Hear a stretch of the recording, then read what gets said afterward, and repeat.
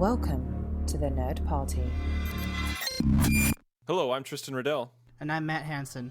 And you're listening to the Nerd Party. Talk nerdy to me. Welcome to Nerd Party.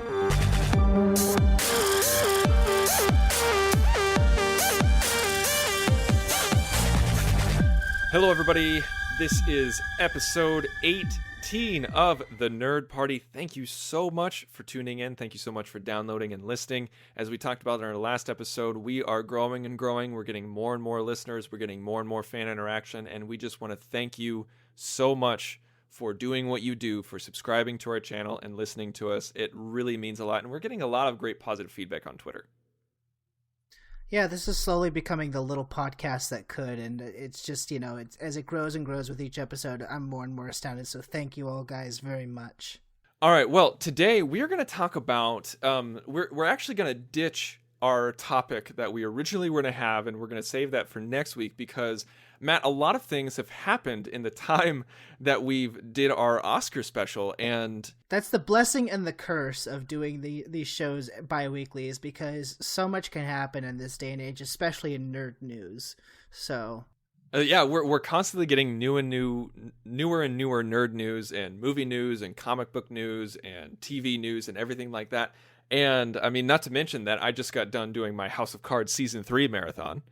And I started that late Friday night and finished it Saturday afternoon. And this is how committed Tristan is. He went off all social media and cut off all technology until he went from episode 1 to the season finale of whatever season this is. Is it 3?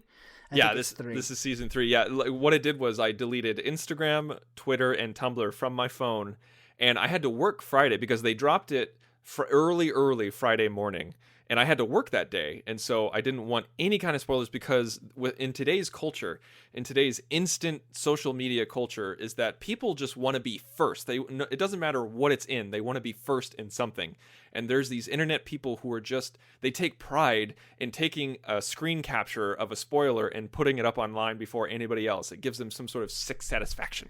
Yeah, I'm planning, just so you know, I'm planning a similar blackout because, as you know, Tristan, one of my most anticipated films this summer is Avengers 2, Age of Ultron. Mm-hmm. And it is coming out a couple weeks earlier in everywhere but America.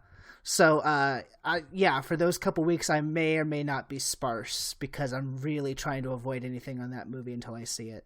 That always bugs me. I mean, like, I'm all for a movie not being American-centric because we are definitely in a worldwide economy today. But the thing is, it's an American-made movie. Well, I had this talk last year where it normally doesn't bother me, but the fact that Captain America, the Winter Soldier, came out everywhere but America first, and that it's got Captain America in the title. It's got Captain America in the title. And also, we had to deal with this with Star Trek Into Darkness as well. Yeah, but I can understand that because Star Trek is not at least an American-centric thing. I mean, this was a movie that had America in the title and whose main cast member is profoundly American, and you know. You're very right in that. There's a little bit of irony in that where it's you're like it has America in the title. One thing about, just to go back on a media blackout, it's like as I just said, I was out Friday and Saturday. But the thing is, though, is that you and I were talking on Friday, and you were the one who told me that Leonard Nimoy died. You sent me a link to a news article, and I immediately went onto Twitter. I immediately installed it back on my phone because I wanted to see what my friends were doing. I wanted to see how the internet was reacting to his passing. And I've never been more proud of Twitter. I feel like things were like I actually posted video of what my Twitter feed looked like when the news was announced of Leonard Nimoy's passing because it was going so fast that I couldn't keep up. I couldn't read my Twitter feed because it was going so fast. And people were just saying, like, the thing is, like, people weren't wailing in the streets. They weren't being over dramatic. It was just positive tweet after positive tweet after positive tweet saying, we're going to miss you. You impacted my life. You gave us some great art. Thank you so much. It was all just filled with so much positivity. I really feel like the community came together and felt it together. What did you think? Well, like, where were you? How did you feel? I was at work, and actually had just gotten, like, we had just had a little insight into my life. We had just gotten back from a potluck we had at work that day. and one of my Delta Quadrant co-hosts, I host the Delta Quadrant, as you do with To the Journey. We host Voyager podcast. My Delta Quadrant co-host is the one that first texted me and let me know the news, because I hadn't even heard it yet. Mm-hmm. And then, of course, I went to Twitter and I saw all those posts that you were talking about. And, you know, what surprised me is that it continued throughout the whole day. Like, the whole day was a day of not really, well, we were mourning, of course. It's very sad. So, you know, they were positive, but they're all twinged with sadness. But what I really loved was that the whole day seemed to be dedicated to remembering Leonard Nimoy. Mm-hmm. And I really didn't get too much work done that day. And thankfully, there wasn't a lot of work to be done. You know, I got to share it with everybody. And what really struck me about this death in particular is that Larry Nemeczek, I know you're probably familiar with him. You've talked to him at some point. He's absolutely. He's a major behind-the-scenes guy for a lot of Star Trek, if you don't know. He's done a lot of compendiums, talked to a lot of people, worked behind the sets, interviews. He made an excellent point on Twitter that I saw the other day, is that this is the first Star Trek cast member death, major Star Trek cast member death, where social media is a thing. Because DeForest Kelley died in 1999 when we didn't even have social media. Mm-hmm. James Doohan died in 2005, just before, you know, MySpace was taking off. But Leonard Nimoy, this is the first death that we've had in the post-Facebook and post-Twitter, post-Instagram generation. And on top of that, Leonard Nimoy was an active Twitter user. Yes, that too. So he you know, whether or not you like those movies, he was still around kicking in the last two Star Trek films. So he was still actively known. Very much so. And and not only that, I mean, he was he, like, in the later years of his life, he was doing guest appearances on Fringe. He was in that Bruno Mars music video. He was in the Bruno Mars music video. He was constantly in commercials still with Zachary Quinto. Oh, have you seen? By the way, that's one of the first things I watched when I learned of the death, because I just wanted to see something happy. Mm-hmm. And there was that, I think it was an Audi commercial that he did with Zachary Quinto, and it was just the funniest thing. It was adorable. It was awesome. And I mean, it's great when you see, you know, like Star Trek alums do stuff together. And I saw one tweet from Jonathan Frakes, and it was the perfect tweet from him, where he said, it's like Leonard Nimoy was the absolute best. He said something like, "Rest in peace to the best first officer." There you go. Yeah, that's what it was. Rest in peace to the best first officer, coming from my favorite first officer. And it was just a great send off, I think. Yeah, I mean, everybody had something to say. What was really interesting was watching everybody who worked in Star Trek, whether or not they worked with Leonard Nimoy, if they just worked or were part of the franchise, everybody had something to say. Yeah. You know, Jerry Ryan, Patrick Stewart, the cast of the new films who are on Twitter, Zachary Quinto, Zoe Saldana. Just seeing the world react was really, really cool, and reaffirmed the faith that I had that, you know, with the advent of the new films, Star Trek has come back into the mainstream, and people are looking back on it as something fond and something beloved. So, you know, that was nice to see as well. Yeah, it really was. And it was so great to see everybody share their personal stories about when they first saw Leonard Nimoy, or people who have met Leonard Nimoy, or people swapping stories of working with Leonard Nimoy or meeting him and everything like that, or what they thought of his art, whether it was his poetry, his photography, his acting, movies, television. And it was just so great to see that online. And so many people were posting pictures of what he looked like when he was in the 60s, or how he looked today. And you actually sent me a picture. Yeah. And like, I was sad to begin with. Like, I was heartbroken. I was like, man, this is horrible, but we all saw this coming. But I didn't get weepy until you sent me that picture. How about you describe what the picture is to the folks at home? I actually can't take credit for it, Tristan, because it was one of the first Twitter things I saw when I logged onto Twitter after I heard the news, but I had to copy it because, man, does it just embody the loss that we all felt on Friday.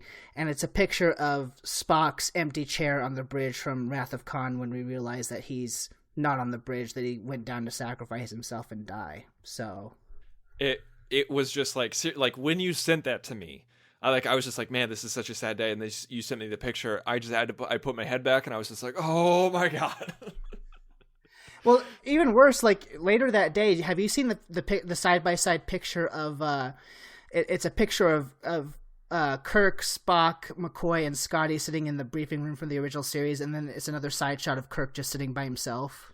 Yes, I have seen that photo. There's a person that I follow online. His name's Lee Sargent. Yeah, I follow him too, actually. Yeah. We both follow him. He's a great guy, great person to talk to, and makes fantastic art. I mean, he makes a lot of geek art. It's very Star Trek and Star Wars centric, but he does a lot of other things too. And he has just a really unique and cool style. And he posted one online right after Spock's death, and it was Spock giving the "Live Long and Prosper" salute, and yards behind him, much smaller, was McCoy and Scotty. Like they were waiting for or him. Something. Oh yeah, like, yeah. And I was just like, oh my god! And I messaged him. I was like, why did you just do that to me? Why did you? Like it just hit me so hard. There's that. There's people have screenshot that one part of, I think it's from the Tholian web, where it's Spock, McCoy, and Scotty having the drink together. Right. Yeah. Very, very sad. But again, we do this in mourning and in celebration. I mean, I don't know about you, but I went back and watched some of my favorite Spock-centric episodes and or movies, and really had a good time looking back through his career. Yeah, you posted a retweet of someone saying, when you go home tonight, don't watch Wrath of Khan, watch Search for Spock.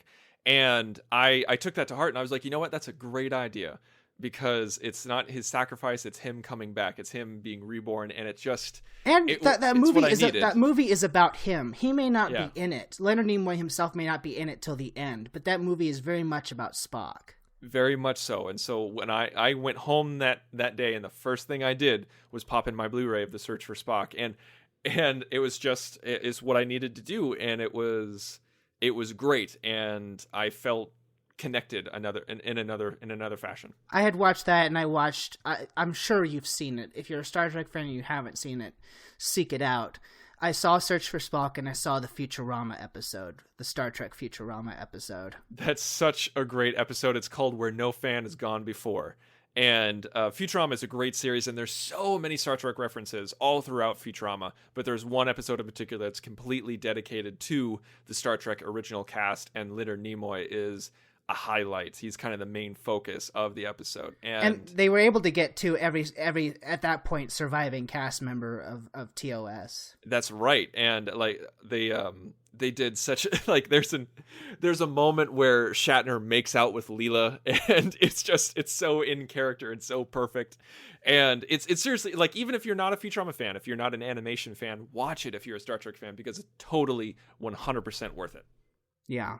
So I don't know how much longer you want to spend on this, Tristan, but it was very sad, but I loved the togetherness that it wrought among not only Star Trek fans, but kind of the world stopped as a whole to recognize him. So yeah, I really do think that. And not only, I know how you said it was an all-day thing, and I completely agree with you about how the whole day was spent remembering Nimoy, but I really do feel like the whole weekend was too, because on Sunday, on the day of this recording, almost every other channel that I flipped to had some sort of special for Nemo, not just a mention, a special, like a tribute. Yeah. And it was perfect to see it on ABC, CBS, and Fox, and cable channels and everything like that. People like, and it's just like young people know who Nimoy is, older people know who Nimoy is the world. He is so integrated himself into our lexicon and into our culture that even if you're not a Star Trek fan, you know who Mr. Spock is, and you know who Leonard Nimoy is. Yeah, well, if you think about it, people who don't know Star Trek at all know who Mr. Spock is. I mean, if you say the word Star Trek to people who have no idea, the two people that you're going to get are probably Kirk and Spock, and that's why I think that the only other, well, maybe others among Star Trek fans, but I think no other death will ring as big as this until William Shatner eventually passes. And also, let's lay off Shatner a little bit. I mean, he's been getting some heat recently in the media for not attending Nimoy's funeral. Oh, but I've been following him on Twitter, and he was saying he was doing some charity event and he couldn't get out of it. Let's remember this for next time, is that even if he didn't have some sort of charity event, like, we all deal with death differently, and we need to not try to guilt someone online for not attending a funeral. I mean, there was when Chris Farley died. David Spade was his absolute best friend in the entire world. David Spade could not make it to his funeral, not because he was out of town or because he missed his flight or something like that. He could not go. He could not bring himself to go. So let's all remember that no matter what the reason is that everybody deals with death differently. Absolutely. I just want to make that statement. I mean, is it going to change anything? Maybe not, but it might change your perspective a little bit if you consider that. Yeah, I mean, it's no place to judge, and we don't even know. We can't even say what the man's feeling at this point. I'm sure he's mourning just like the rest of us. So I choose to let everybody grieve in their own way. Exactly, and it's none of our business. Yeah, and it's none of our business. And we certainly have grieved in our own way by doing all these memorials and tributes and watching these episodes and movies. So, we all handle death in a very different way. All right. Well, Leonard Nimoy was a great artist, and he was when you say artist, you mean it with Leonard Nimoy. He was an artist in multiple different ways, and a lovely man, and a fantastic all-around good guy from everyone that I've ever heard who met him, and everyone who's had interactions with him has nothing but good things to say. And I will say, before we move off this subject, Tristan, if you're a Leonard Nimoy fan and you want to hear about this man's life from the man himself, he wrote 2 autobiographies, one of which, the latest one, was called I Am Spock, mostly about his Star Trek career, but a lot of it, about his life growing up and what led him to become an actor, and that was written in 95, so you have to think about where he was in 95. But try to get the audiobook, because the 2 books that you're talking about is, the first one is I Am Not Spock, and the second one is I Am Spock, and he reads his own book on the audiobook. Yeah, he did. What I was trying to get is he did make an audiobook for I Am Spock. Seek it out, because I actually bought it way back in the day the cassette tapes for it, so I actually have it physically here in my room. It is one of the most fascinating autobiographies, and he's so engrossed in it, and like I said, there's no better way to look back on his life than by listening to him talk about it. So seek that out. And I do believe he did an audiobook for both. I'm not sure if he did an audiobook for both. He might have. I know Audible only has the second one. The first one was way back in the day because I Am Not Spock was published in 1975.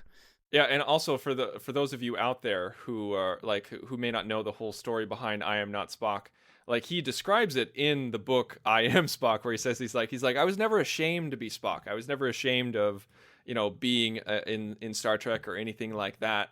It was really just it was a publisher's idea, to put that in there and just talk about my many different things, and it was he's people took it as a way, kind of like Shatner's Get a Life segment on SNL, and it wasn't like that at all. The nice thing, I'm kind of previewing I Am Spock for you guys, but the nice thing is he talks about how that decision to name the first book that way really bit him in the butt. Yeah. And he talks about how he if he went back, he wouldn't do it that way, and that's why he felt compelled to write that second autobiography, and he really was in a different place in his life, because let's not forget, I Am Not Spock, that was published in 75. He had only done the original series at that point. And it was iconic, or it was getting iconic, because it was in the middle of the 70s. But, very different to where he's ended up in 1995, post-movies and post-Star Trek becoming a mainstream phenomena. So, he's in a different place at both points in his life. And I just think listening to that follow-up book is to pardon the pun, fascinating. Yeah. So long story short, find him if you can. And I did just look it up, and he does do an audiobook for both. I have both. So I'll make sure to give that to you. All right. Well, on to our next segment. And our next bit, we're going to be changing gears a little bit. We're going to go into movies, specifically Marvel, which definitely your wheelhouse. And as many of you know, and if you're listening to this podcast, you are a nerd, you are a geek, and you should know this. And that is this has been a long time coming, and a lot of mystery behind it. A lot of people saying, no, it's never going to happen in a million years. A lot of people saying, no, it's totally in the works. And the people who said it's in the works were right. Spider-Man is coming to the Marvel Cinematic Universe. In a way that I don't really understand, because the press release for this is very, very ambiguous. But the impression that I get is that, yes, he's going to be in the cinematic universe. They're starting over again, so they're scrapping the Amazing Spider-Man universe. Mm-hmm. They're starting again. They're supposed to premiere him in a Marvel movie prior to this new 2017 solo film that they're setting up for him. And everybody's speculating that he's going to be in Captain America Civil War because he's such an integral part of that storyline. However, there's a couple of things that I found interesting, and one of them is that in that press release, it says he's going to be part of the cinematic universe, but the films that he's going to be in are going to be joint ventures between Marvel and Sony. And it says that, here's the interesting thing. It says that Sony gets final creative control, but here's the thing. With the way that, especially Amazing Spider-Man 2 was received, I think that sort of clause is put in there to make it seem like Sony's not completely surrendering to Marvel. But I really do think that if Marvel wants to take the character a certain way, I don't think that Sony's going to say no. They're not in that position. That's pretty much how it's stated. It's very blunt. It's Spider-Man's still going to be owned by Sony. They're still going to produce and distribute the movies, and they still own the creative rights and the merchandising rights. But they're going to be making the movies in conjunction with Marvel, and Marvel's going to be taking the creative direction. They're going to be even though Sony's fronting the bill, producing wise, Marvel is going to be producing from a creative standpoint. And they're going to help find the director. They're going to find the actors. They're going to do the creative aspects of what it takes to make a movie.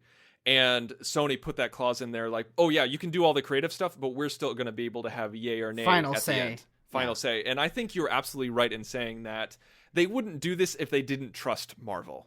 Well, they wouldn't be doing this if they didn't think they needed Marvel. Let's be perfectly blunt. I mean, right. The Amazing Spider-Man 2 wasn't a bomb, but it certainly didn't make the money that they thought it would. And Sony has gone through a whole bunch of really bad press in the last 6 months with the hack and everything. So right. they need to rebuild their public image. So I very much doubt that if Marvel wants to take the character in a certain direction in one of their films, they're going to say no. Just because of the track record that Marvel Studios has at this point. See, this is a win-win for Sony because the main thing that they wanted to keep was merchandising rights. Spider-Man is the highest selling superhero character in the world when it comes to merchandising. And not to mention, it's even with the Amazing Spider-Man 2, it is still one of their most profitable movie franchises. Absolutely, and they'd never want to let that go. They don't give a damn about who does the creativity stuff. They don't care who writes the script or who directs it or who makes it what it is. All they want is a profitable franchise, and Marvel has proven to do that. But they still want people to come see it. Wait, you say they don't care about who has creative and who writes it and who directs it. I think that's been true up until now. I don't think they've.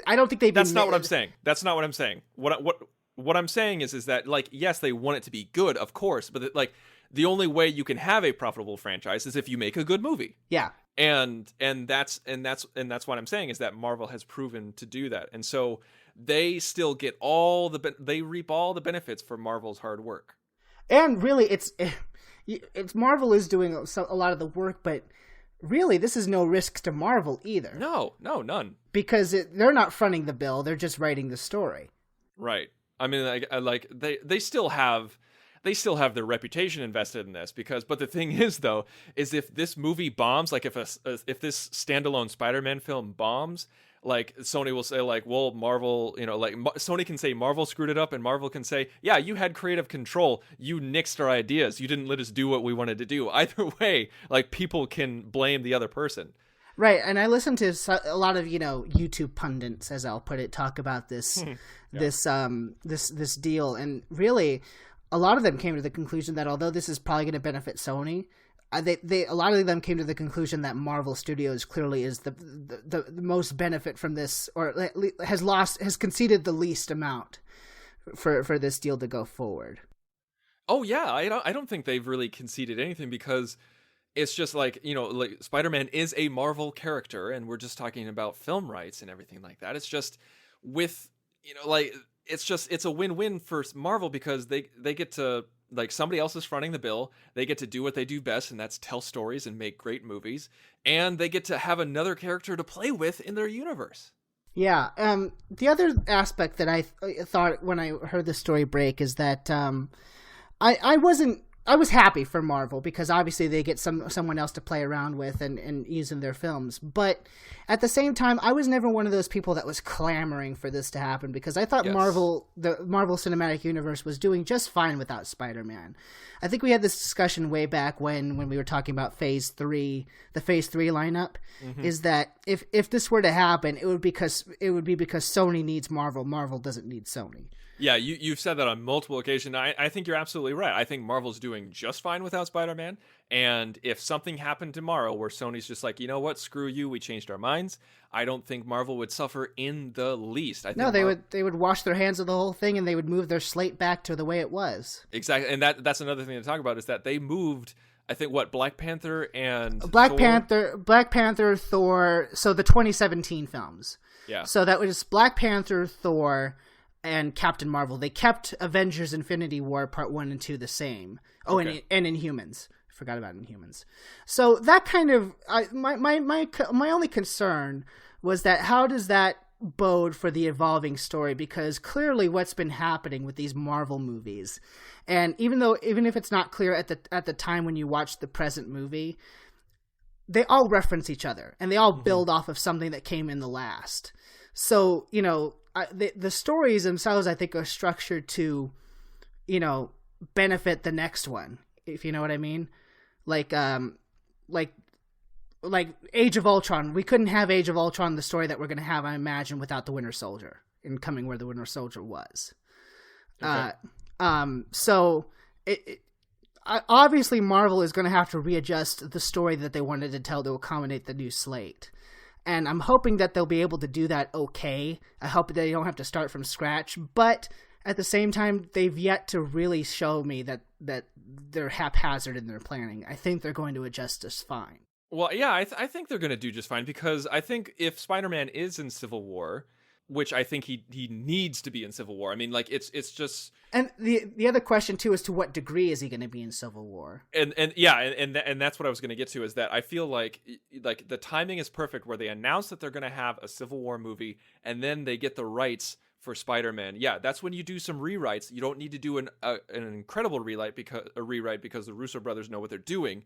But I feel like you need to take advantage of that. He needs to be in Civil War, and I feel like he needs to be a big part of a specific part of Civil War. Now, you didn't read the comic books, but Spider-Man is a big part of the overall story of Civil War. And I've done some research where, he starts off on the pro-registration side. He ends up with Captain America on the anti-registration side. Right. I get that he's sort of the chess piece that both Tony Stark and Steve Rogers are trying to fight over. Yes, and the thing is, though, is that I don't think he needs to be that big of a piece in the Civil War. But No. I think if in Civil War, if they do use him, it shouldn't just be a tag at the end. I think what it should be is okay, well, one guy steps out and and is the first to be vocal about it besides the two opposing forces. They say, okay, yeah, there's this guy in New York who's making waves and he goes by the name of Spider-Man, and then something like that. The interesting thing though is that back when they were announcing their Phase 3 lineup and we weren't privy to the fact that they were talking about getting Spider-Man, they've already started setting up Black Panther to be in that position, because if we remember from the Phase 3 lineup, Chadwick Boseman was announced as Black Panther, and they said that he was going to be in Civil War, and a lot of people speculated at the time that he was going to take the place of Spider-Man's role. And it looks like from these previews from Age of Ultron that they're also setting up aspects of Black Panther with Andy Serkis's character and a couple of the other random shots. So it's already been, Black Panther has always already been in play. And I think they're going to share some of those duties. I think Black Panther and Spider-Man are going to share that role in Civil War. I really do. Makes me wonder because, Civil War, I mean, it's going to be a big solo movie. It's not even that much of a solo movie anymore, although I still believe the people when they say it's going to be Captain America centric. But at this point, we're handling Steve Rogers, Tony Stark, possibly Black Widow and or Hawkeye, Falcon, Winter Soldier, because we're not done with him yet. And now having to introduce into the mix Spider-Man and Black Panther. I honestly believe that, like, I think it's going to be, I think that Falcon is going to take a back seat. We know he's in it because we know he's in it, but I think he's going to take I don't think he's going to be he's not going to be in it anywhere near as much as he was in Captain America 2. And I feel like it's going to be Captain America and Scarlett Johansson dynamic, the Black Widow dynamic, and then you're going to have Iron Man as the pseudo antagonist, and then it's going to be Black Panther and Spider-Man be kind of pawns. That's how I see it. That's what I think it's going to be.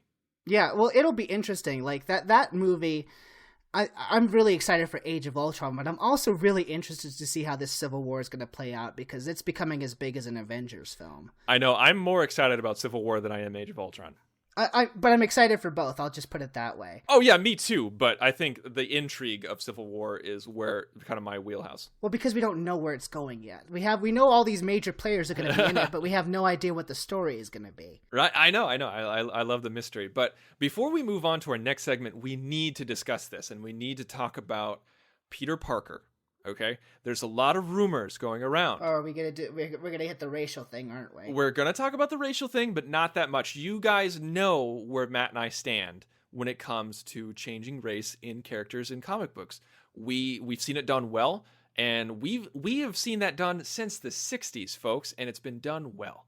And so we have no problem with that. But what I'm going to talk about first is Peter Parker. In the release, they talked about how the company is interested to see what more they can do with Peter Parker. Okay, well, people said, okay, well, that nails it. It's going to be Peter Parker. That might not be necessarily true because around the rumor mill from quote unquote trusted sources, so this is all just rumors, is that it may not be Peter Parker. And so people are thinking, well, if it's not Peter Parker, then who's it going to be? Well, there's another Spider-Man out there, and he goes by the name of Miles Morales. Morales, thank you. And he is half black, half Hispanic. And so a lot of people aren't okay with that. Now, some people aren't okay with it because they don't want a person of color Spider-Man. And there's other people who are not okay with it because they don't want a non-Peter Parker Spider-Man. Now, I can understand the non-Peter Parker Spider-Man aspect because people love that character. But I can't understand the changing the race because I don't think it matters.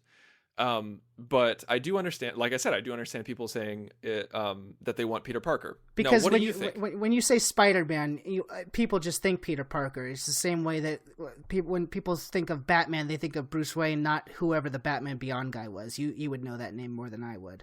It's a Tim crap. It's Tim. I can't remember his name. But you know what I mean? Like it's people think of Bruce Wayne. They don't think of the other people who have been Batman.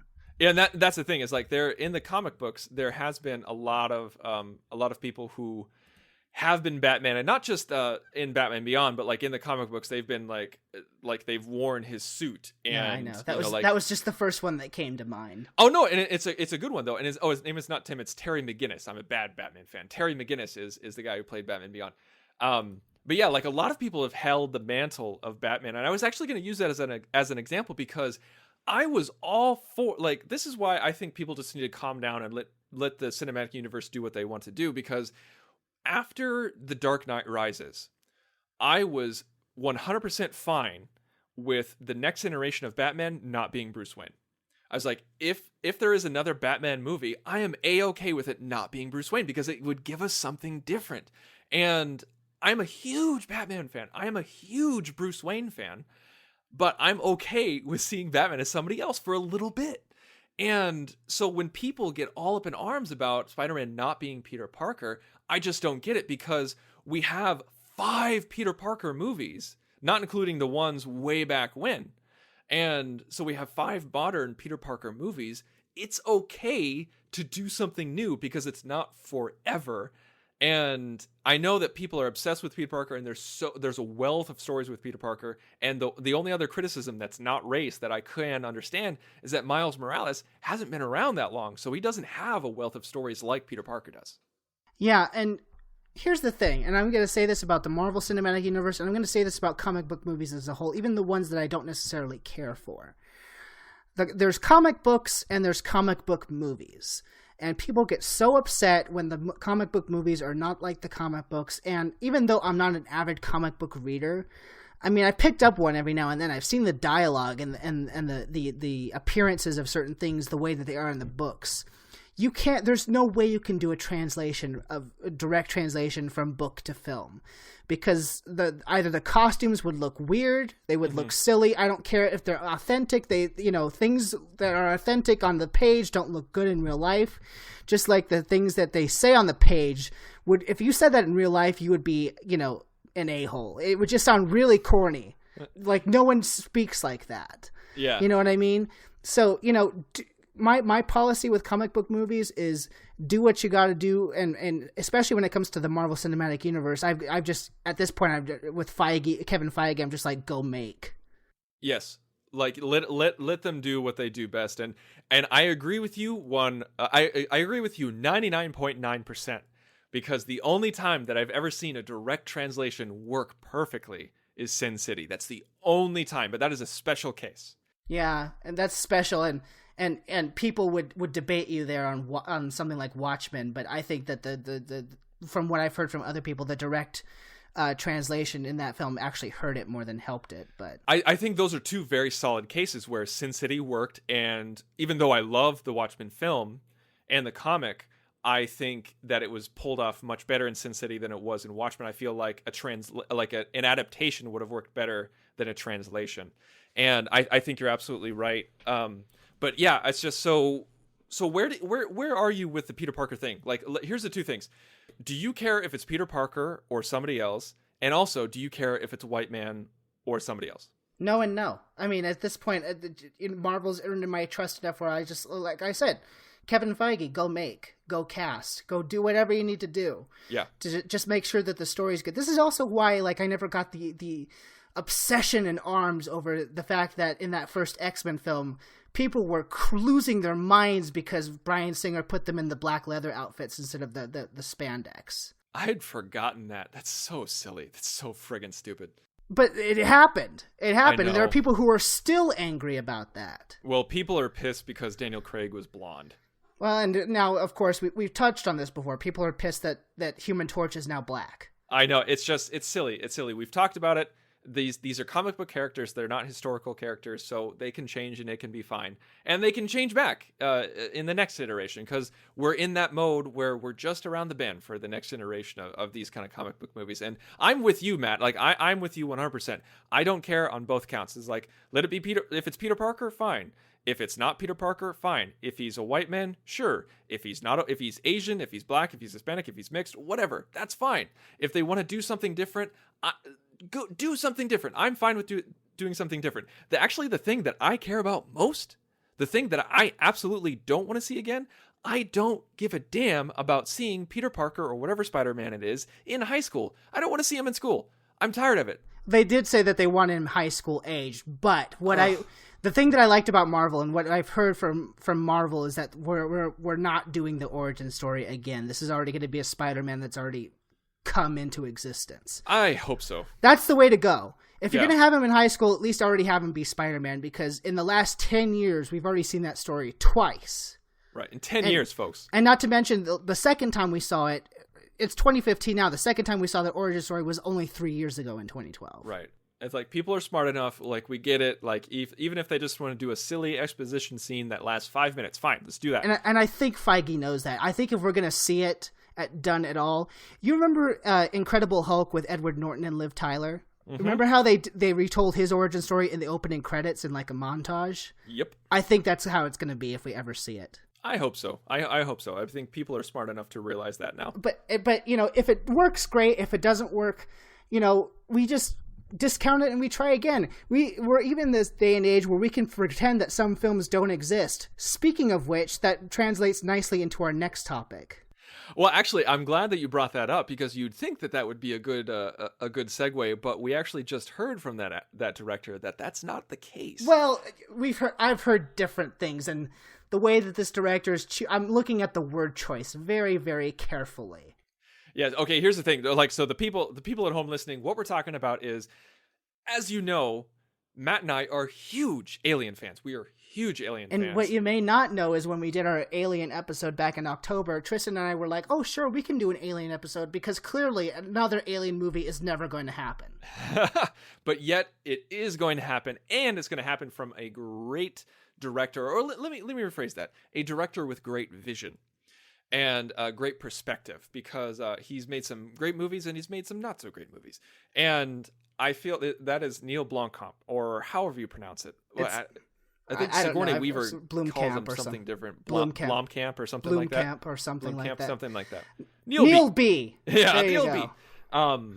Director of District 9 and Elysium. And I know a lot of people don't like Elysium, but what I like about at least his two films is that, however you feel about them, I don't think either are outright failures. Like, complete wastes of time failures. No, and at least they have a verve, they have a style. They're very stylistic, and they have an aesthetic that's very tangible, and I really appreciate that. And I think that's something that the Alien films lost a little bit towards the end.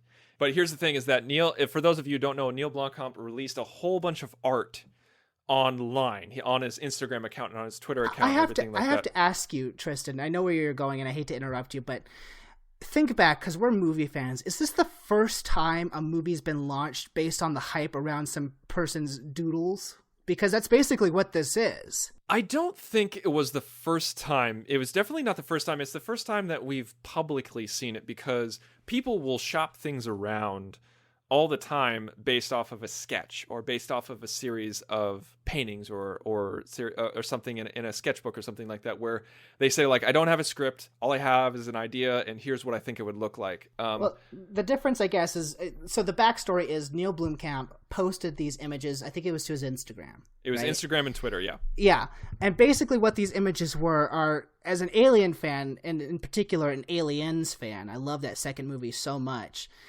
are some of the most interesting and compelling, what do you call them, storyboard art, or I guess for lack of a better term. Like concept art. Concept art, that's the word I was looking for. It's the most interesting concept art I've ever seen. So basically, there's images of Sigourney Weaver as Ripley, as she looks now. I think he did a very good job of drawing Sigourney Weaver the way she kind of is now. She's a little bit more aged.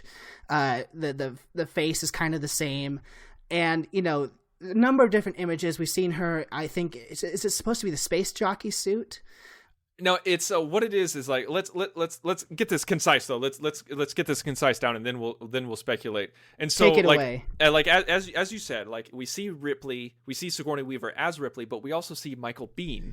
I was building up to that. Yeah, they're fighting together. We see Michael Biehn is scarred the way he would have been had his character lived in Aliens. Absolutely. And we also see a lot of alien tech, like in a hangar, and being dissected and analyzed. And the two of them are running around and fighting and trying to figure out what's going on. And we also see an organic mech suit that Sigourney is wearing. And if you know anything about District 9 and Elysium, they are, like, Neil Blomkamp is very much about mech suits and enhancing the body with technology. And so we definitely see some of that in these concept drawings, and they're beautiful and they're gorgeous. And what happened was he released them online, and Fox noticed them, reached out to him and said, we want this to happen. As did the world, because, like, it was before even Fox talked to him about it. Like, he just released them, and they were like, we were all like, what are these random images of Aliens concept art with Sigourney Weaver and Michael Biehn?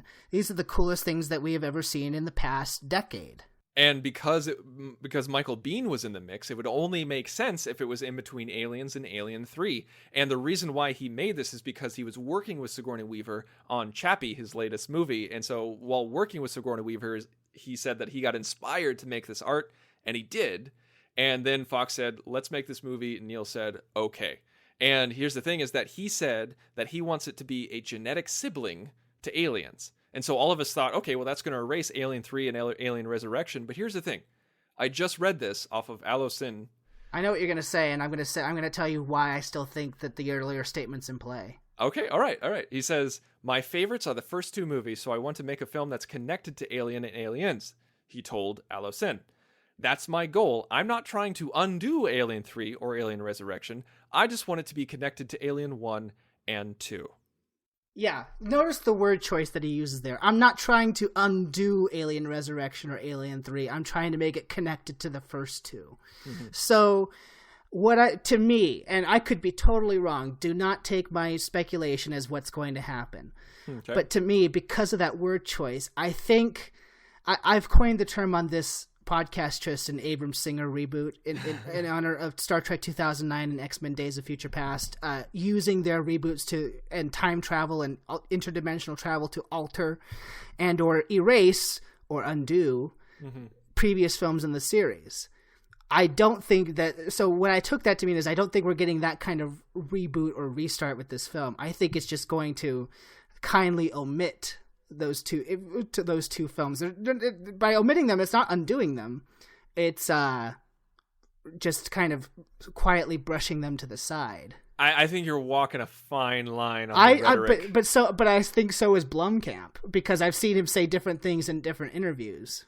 I think either way, whether it's something that disregards Alien 3 and Alien Resurrection or somehow fits in between it, I think we're going to get a great story, and the story that we all deserved after Aliens.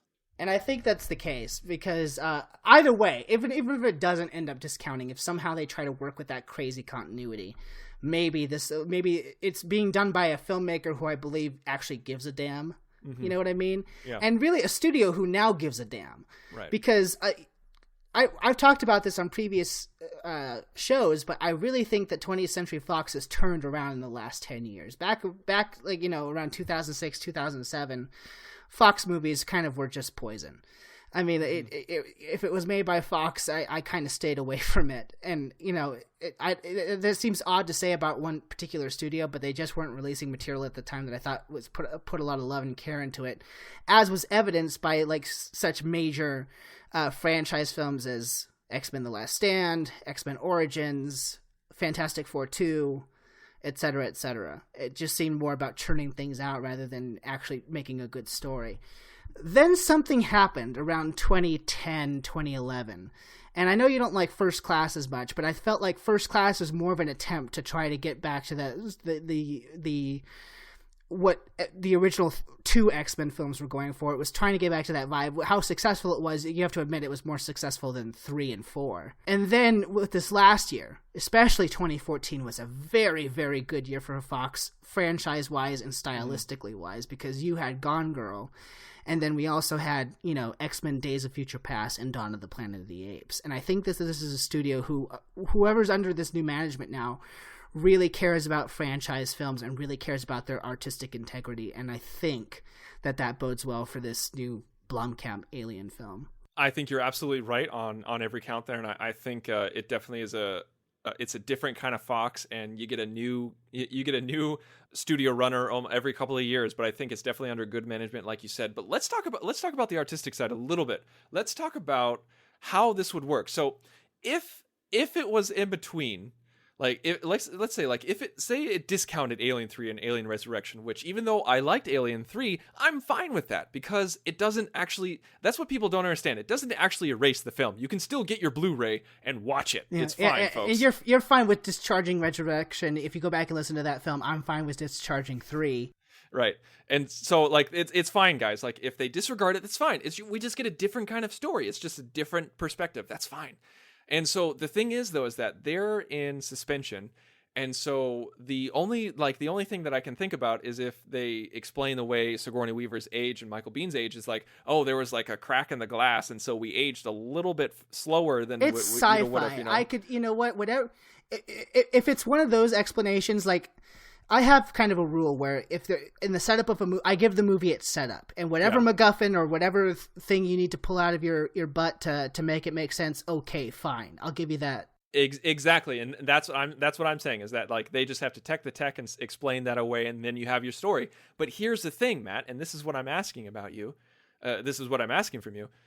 Is if they try to do some sort of crazy thing, let's take Blomkamp literally here, where he says, I'm not trying to undo Alien 3, Alien Resurrection.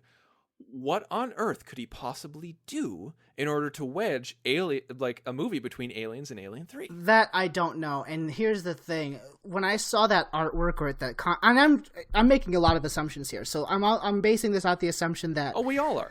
Here's the assumption I'm basing this off of.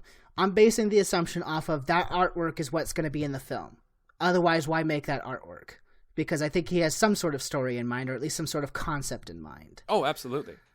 In that artwork, and I don't know how I got this from artwork, but this is just the impression that I get.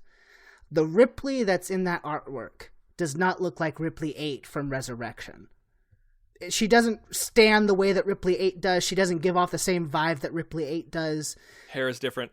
The hair is different. She very much reminds me of the way Ripley was at the end of Aliens. So that's why I'm basing... I don't know. The answer to your question is I don't know how they would put it in. I don't think it's going to be clones. I don't think it's going to be a clone of Hicks, because if they clone Hicks, why is he burned? Exactly. And the only way that I could think of it working in this way by keeping the continuity is that they would have a mission in between where, okay, they got picked up and they got released and they got unfrozen or out of stasis or whatever, and then they do their mission, and then they make it back into the same ship and had to go back into stasis, and then they have Alien 3, but the only way that wouldn't work is because of their age. Yeah, like I said, you can't have... That wouldn't play, because Sigourney Weaver now, she looks great, don't get me wrong, but she doesn't look like 1992 Sigourney Weaver that was in Alien 3. No. So... the answer to your question is I don't know how you do this with Alien 3 and Resurrection intact, but maybe he knows. Yeah, I mean, I'm sure he's smarter than us when it comes to the Alien franchise. But when I looked at that concept art, I said that's not the Ripley clone, and that's definitely Hicks as he was. Absolutely, that is Hicks. Michael Biehn is Hicks. Now let's hope that Michael Biehn is smart enough to reprise his role. I think he will, because he's had a very checkered past with Alien 3. He doesn't like Alien 3, wanted to be in Alien 3. So, and he's not doing too much now. I can't see them not reaching out to him and at least seeing if he's interested, and I can't see him not being interested. Let's hope so. We already, and it seems like, honestly, the harder one to get for these Alien films has always been Sigourney Weaver. It's always been a task to get her to sign on for these films, each one of their sequels, and each time they had to have some conditions in place. But actually, what feels different about this film versus like the negotiations they had to bring her back for 3 and 4 is that she actually seems really excited to do this one. Yeah, I think that's the thing. I think she likes Neil. She likes working with him, and I think they talked about the concept together, so I think she's on board with the concept, and if they can give her the right paycheck and the right circumstances, I think she'll do it. And she's been talking for years, and I take it with a grain of salt, but she's been talking for years about how if there was ever the right opportunity to go back to Ripley, she would consider doing it. Absolutely. All right, well, that is all of our speculations on Spider-Man and Aliens and everything in between, and this is just nerd heaven for us because we're so excited about what's going to happen in the future because so many cool things are coming out, and so we want to hear from you. Email us at contact@thenerdparty.com. Go to our website, go to thenerdparty.com, and there you can find out everything you need to know about our episodes and all of our previous episodes. And find me on Twitter. You can find me at The Insane Robin and talk to me about what you like about the show, what you would like to hear us talk about on the show. Matt, where can we find you on Twitter? You can find me at mhanson0207, Hanson's with an E, and you can find both of us on our Facebook page, which will link you to our Tumblr page. So absolutely. And we want to thank you for subscribing, for liking, for listening, and talking to us. And we are so excited for you to interact with us, and we are so glad that you're liking the show, and we will see you next week. Coming up next week. If during the new year we happen to want to change our symbol, then of course we'd have to build a new model. At the moment, this ordinary piece of artwork is being looked at by a television camera. But the magic comes when the picture from that camera is fed into this device with its control box. So with this device, you can instantly try out different ideas. It'll be used in television programs and adverts where the artist wants three-dimensional, solid-looking images. Join the revolution. Join the Nerd Party. Welcome to Nerd Party.